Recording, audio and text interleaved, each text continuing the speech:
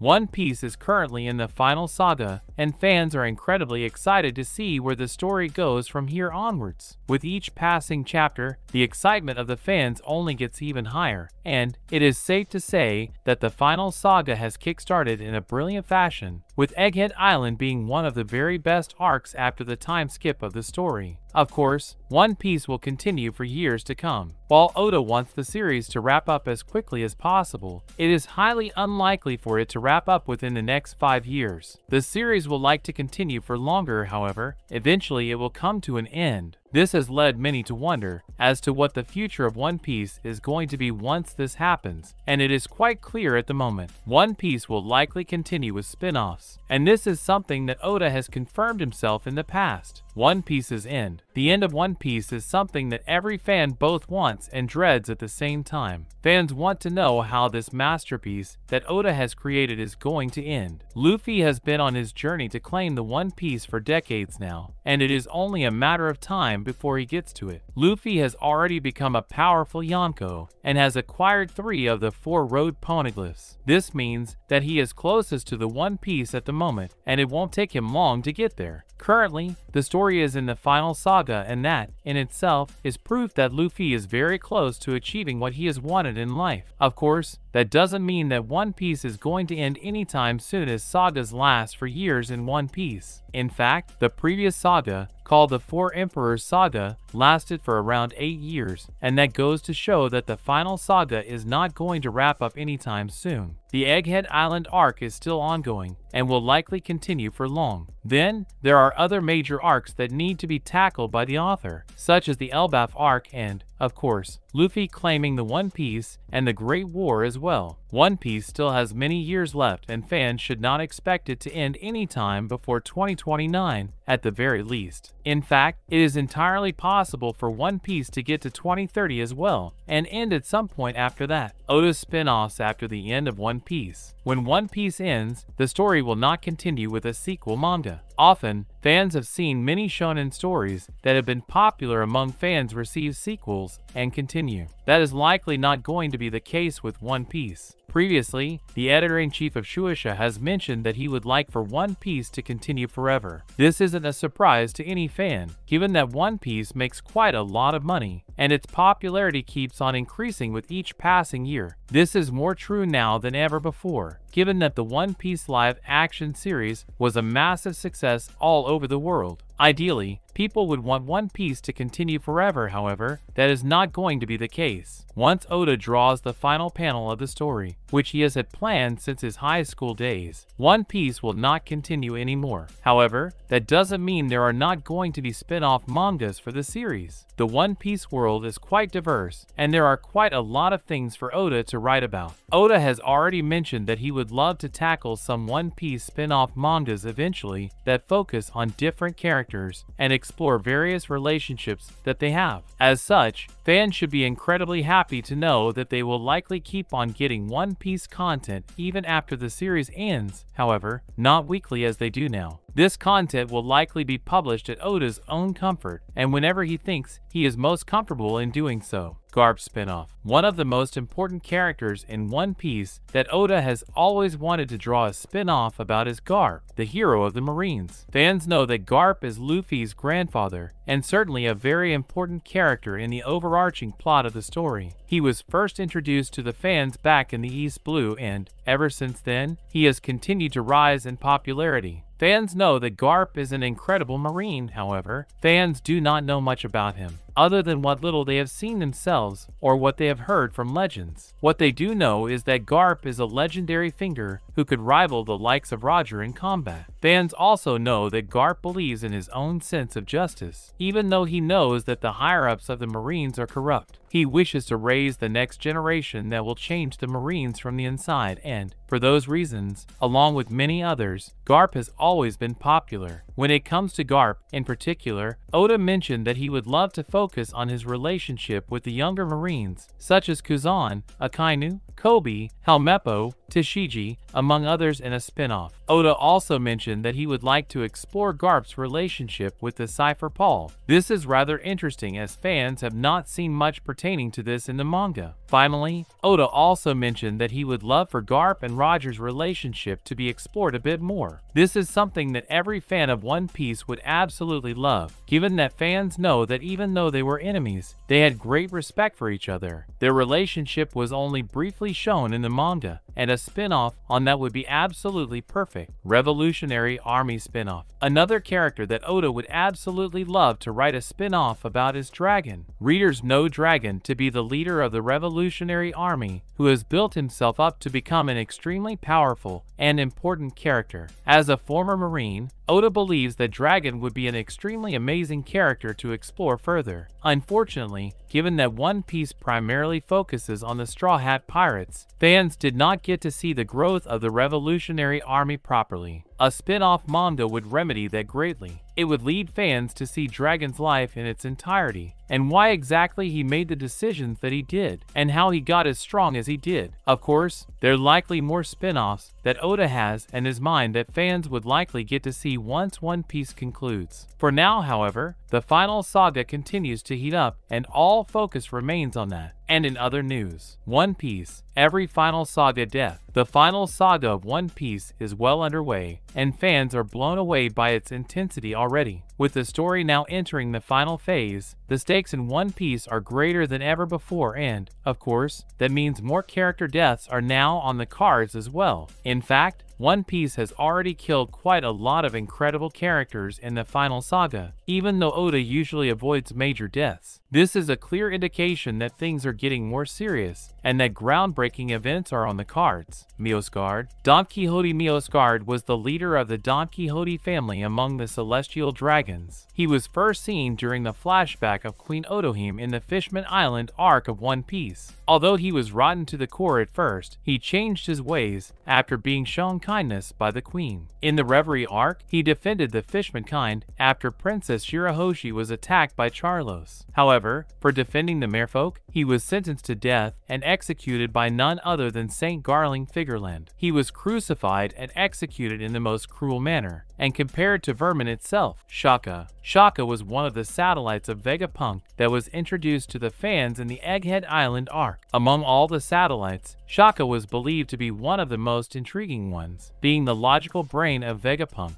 Fans heard quite a lot of lore regarding the One Piece world from him. However, unfortunately, Shaka ended up facing an untimely death. He was shot through the head by York, who betrayed Vegapunk and all his work because she wanted to become a celestial dragon. Pythagoras. Pythagoras is yet another satellite of Dr. Vegapunk who ended up dying in the Egghead Island arc. Pythagoras represented the wisdom of Vegapunk and was certainly an extremely important cog in the system at Egghead Island. He was killed by none other than S-Snake, one of the seraphims on the island. At first, he was attacked from behind. However, he detached his head and managed to survive. Later on, however, he was stepped on by S-Snake, which resulted in his death. Although Vegapunk satellites can be recovered, the damage done to him was so bad that he simply ended up dying. King Cobra. King Cobra is a character that One Piece fans are very familiar with. He was first introduced during the Alabasta saga of One Piece, and he played a significant role in that part of the story. Ever since then, he was sidelined. However, as soon as the Reverie began, he started gaining more relevance. At the Reverie, he petitioned for the abolition of the Shichibukai system. He succeeded in doing that, and, shortly afterward, he had some questions for the 5 elders as well. It was revealed to the fans that he was a member of the D clan and that Nefertari Lily, his ancestor, was an enemy of the government. Because he ended up seeing the face of Imu, he was sentenced to death and killed, with his death being blamed on Sabo. Garp potential. Garp played a very big role in the final saga of One Piece. To save Kobe from Blackbeard, he led an assault on the pirate island, and with him were the members of the sword section of the Marines. Garp did tremendous damage to these powerful pirates and single-handedly took care of the vast majority of them, until he was injured through underhanded tactics. Garp still succeeded in his mission of saving Kobe and rescuing quite a lot of slaves from the island. However, he had to sacrifice himself to achieve this result. His death has not been confirmed just yet. However, he was stabbed right through the chest and then frozen completely by Kuzan. Clap and his wife. Clap was a member of the Buccaneer race and once the king of the Sorbet Kingdom. He lived a happy life, however. That was only until the birth of Kuma. As soon as Kuma was born, he was taken into captivity and made a slave in the holy land of Mariajoy. He spent quite a lot of years as a slave atop the Red Line. His wife was made a slave as well, and she was the first one of the family to pass on. It is unknown how exactly she died. However, women have endured horrific fates in Mariajoy under the celestial dragons, so one can imagine. Clap himself was shot right through the head after making too much noise when he was telling his son about Nika and his greatness. Jinny flashback. Jinny is the latest character to have died in the final saga of One Piece. She was revealed to have died many years ago in the ongoing flashback. Jinny faced a very horrific fate. She was revealed to have been a slave a long time ago. At the age of 9, she was made a slave, and she was kept for around 4 years. 38 years ago, during the God Valley incident, she managed to escape. Eventually, she ended up with the Revolutionary Army and, from there onwards, rose in power and importance. She became the East Army commander of the Revolutionary Army. However, she was made a slave of the Celestial Dragons once again. She was forcibly married to one of them, and was made to bear a child, which fans know now to be Bonnie. Jinny was discarded when she contracted a severe illness called the Sapphire Scale Disease. She ended up dying in an attempt to get back to the Sorbet Kingdom. That's a wrap for this video. Don't forget to like this video and subscribe to our channel. We'll be back with more amazing videos very soon.